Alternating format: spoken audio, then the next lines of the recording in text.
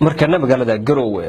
qaar ka mid ah saraakiisha ciidamada qalabka sida ee Puntland oo shir jaraa'id ku qabtay magaalada Garowe ayaa bayaan ay soo saareen waxay ku sheegeen inay ka soo horjeedaan shirka maamul goboleedyada ee ka soconaya gudaha caasimadda Puntland ee Garowe sidoo kale saraakiishu waxay ka cawdeen mushahar la'aan ay sheegeen bilihii u dambeysay inay ku sugnaayeen ciidamada ay u taliyaan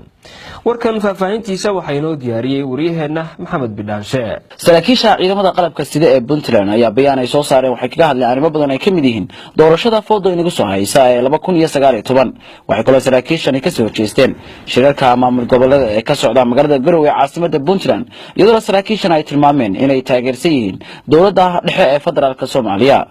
afayeenka guddiga saraakiisha ciidamada qalabka sida ee Axmed Cabdullaahi Samatar horena u soo noqday taliyaha qaybta gobolka Nugaal ayaa bayaankan saxaafadda u akhriyay annagoo ah saraakiisha ciidamada qalabka sida ee Puntland markaan aragnay xaaladda kala guurka iyo isbedelka soo wajahan ee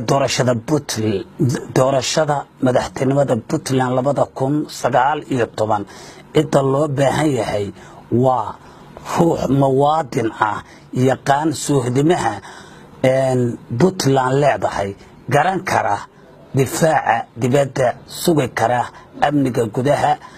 marxaladihii shacabka Puntland soo maray oo kala gedisnaana magac iyo maamuus ku leh naf iyo maalba hoosna loo eego waxqabadkiisii ammaanada guud xafidideeda iyo mas'uuliyadiisa dhan walba dabyaqaan waa in uu yahay alla yaqaan aragtidiisa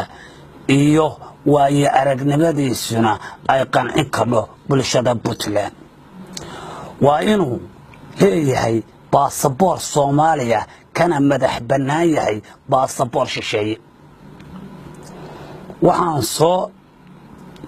aragnay hogaankii diaspora waxaan kala kulannay dib u dhaca dhan walba leh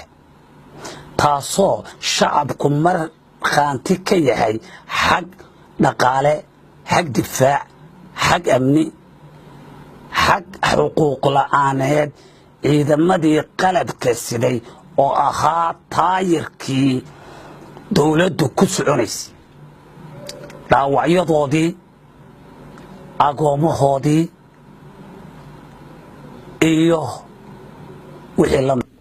saraakiishan oo hadalka sii wata ayaa sheegay in albaabada loo laabay qaar ka mid ah wasaaradaha Puntland sida hadalka u dhigeen ay sheegeen inay waayeen xuquuqdoodii albaabada loo xiray intii badnayd wasaaradihii dowladda markay waayeen shaqaaluhu xuquuqdii asaasiga ahayd iyo mushaharooyinkoodii xubnaha cusub ee ku soo biiraya baarlamaanka Puntlandna waxaanu leenahay ha qaadinina wadadii taariikh xumadii qoonkii idinka horeeyay keena istiraatiijiyad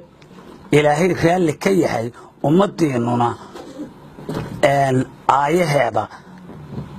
ka taliya taariikhdana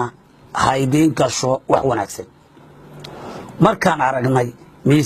miisaanka iyo sharafta dowladda federaalka ahi u leedahay ummadda Soomaaliyeed iyo sida maamul goboleedyada xilkii ka dhamaaday u turjumayaan waa wax aad iyo aad u kala fog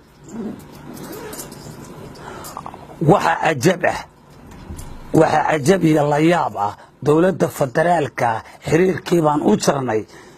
iyo sida la isu waafajin lahaa cimriga dhamaaday iyo dhawaaqa ka soo yeeray golaha aan jirin oo ismagacaabay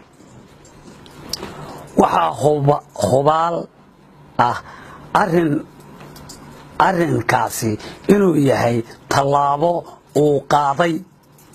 nin aan wax ka ogeyn siday ku timi dowladda maanta jirta waxaa ka maqan baadidoonkii iyo soo celintii qarannimada ummadda Soomaaliyeed inay ku waayeen naftooda kumayaal ciidan Soomaaliyeed ah waxaa xusid gaar ah mudan 560kii ka dhintay dhanka Puntland iyo dhaawacyadii aan la xisaabi karin dagaaladii maxaakiimta 2006 lagaga safeeyo gobolada dhexe iyo koonfurta Soomaaliya. waxaan leenahay nimanka dawladda dhexe inkiray ha laga qaado magdhowgii naf iyo maal balaha ee dawladda jirta dhidibada loogu aasay annagoo kaashanayna kuna kalsoon salaadiinta dhaqanka nabadoonnada culamaa u diinka aqoon-yahanada ganacsatada iyo ururada bulshada waxaan ku tala bixinaynaa in la dhiso golihii garsoorka oo ka maqan dhismaha Puntland ee hadda jira si dawladnimo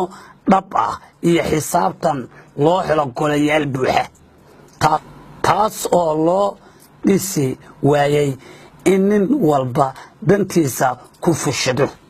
saraakiishan ayaa baarlamaanka Puntland 2019 uga digay laaluushka kaasoo ay sheegeen inuu lumiyay masiirkii reer Puntland lana tixgeliyo rabitaanka shacabka doonaya musharaxa hogaamin kara Puntland 2019. baarlamaanka 2019 waxaan uga digaynaa laaluush qaadashada lagu lumiyay masiirkii ummadda Puntland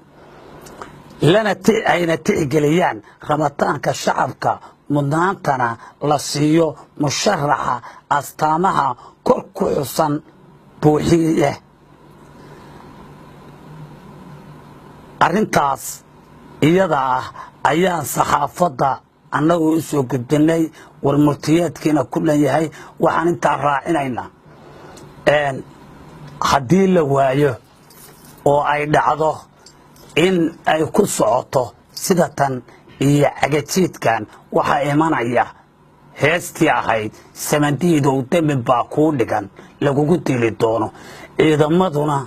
waxay qaadanayaan tallaabaday qaateen dawladii hore ee musuqmaasuqa ah tallaabaday ka qaateen bay qaadanayaan. waxaa la yaabatay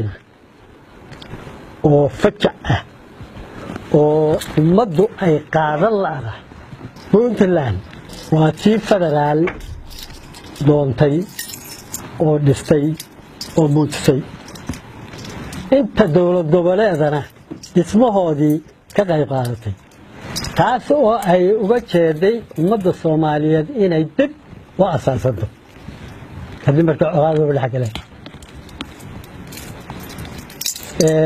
Puntland sidaas ahayd oo naf iyo maalba ku luntay oo u soo halgantay